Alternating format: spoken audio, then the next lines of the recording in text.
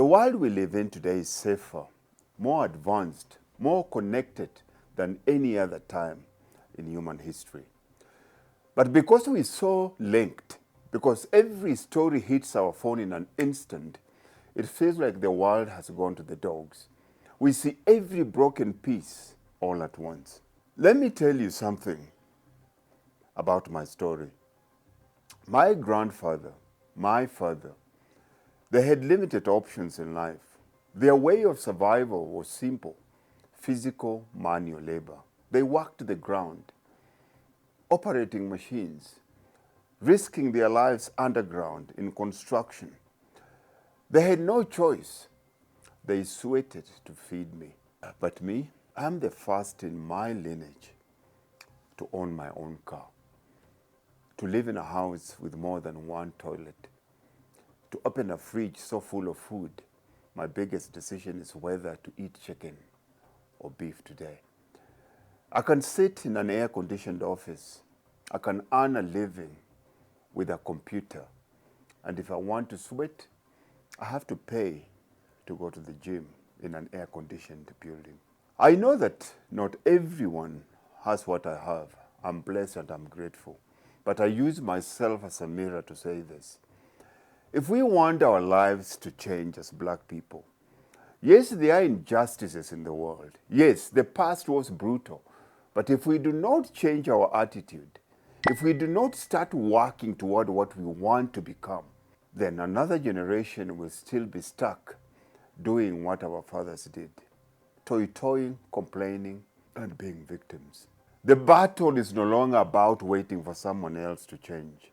It's no longer about begging for acceptance to survive. We are deeply spiritual people.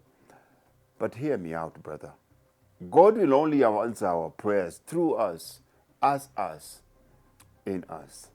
God will answer our prayers through our hands. The world is changing fast, and unless something inside us changes, we are going to be left behind. Traditionally, the world needed our hands for labor, but now, machines and robots can do more in less time, without rest, without complaint, without belonging to a union.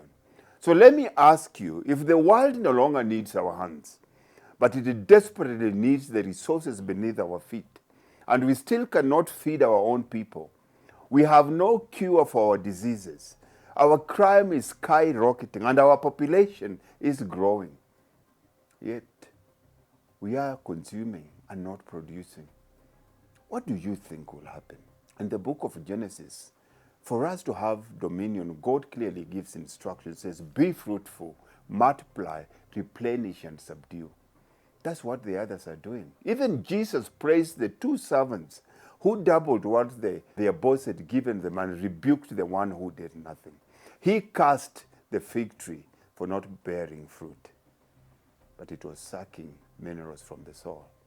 Brothers, we have to change our approach. We must stop teaching our children to beg for life, to beg for money, to beg for acceptance. God has already given us everything that we need. God created man, not a white man, not a black man, not an Indian man, not a Chinese man.